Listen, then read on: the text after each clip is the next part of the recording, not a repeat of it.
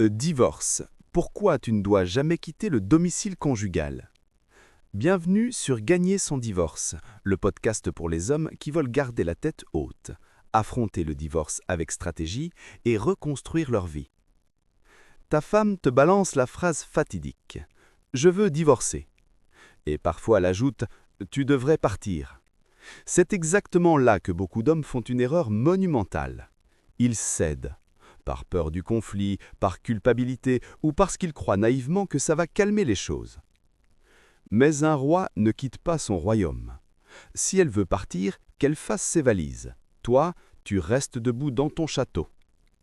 Un mariage, ça se sauve à deux, pas tout seul. Si ta femme a décidé que c'était fini, tu ne peux pas te ridiculiser en ramant contre le courant. Supplier, négocier, dormir sur le canapé, ça ne fait qu'une chose, confirmer son choix de te quitter. Celui qui veut mettre fin au couple doit en assumer les conséquences. Dans 75% des cas, ce sont les femmes qui initient le divorce. Donc, si elle veut sa liberté, qu'elle l'assume. Et juridiquement, la loi est claire. Aucun des deux époux ne peut forcer l'autre à quitter le domicile sans décision de justice. Tant qu'un juge n'a pas tranché, tu as autant de droits qu'elle pour rester. Alors, ne pars pas. Parce que partir trop vite, c'est la catastrophe. Ça peut être considéré comme un abandon du domicile conjugal.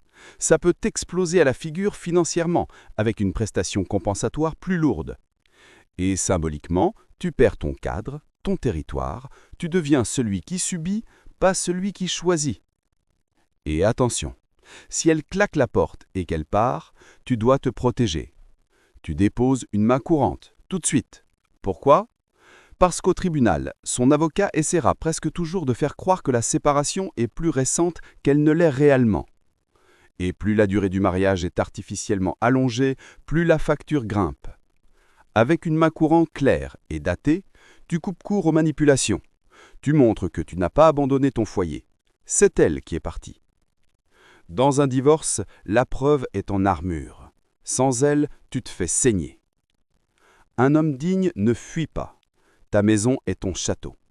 Ne tombe pas dans les crises, ne claque pas les portes, mais ne recule pas d'un mètre. Si elle veut son indépendance, qu'elle la finance. Ce n'est pas ton rôle de lui payer son nouveau loyer ni de l'installer ailleurs. Elle a choisi, elle assume. Rester chez toi, ce n'est pas seulement une bataille juridique, c'est une posture intérieure. C'est refuser d'être mideur comme un coupable.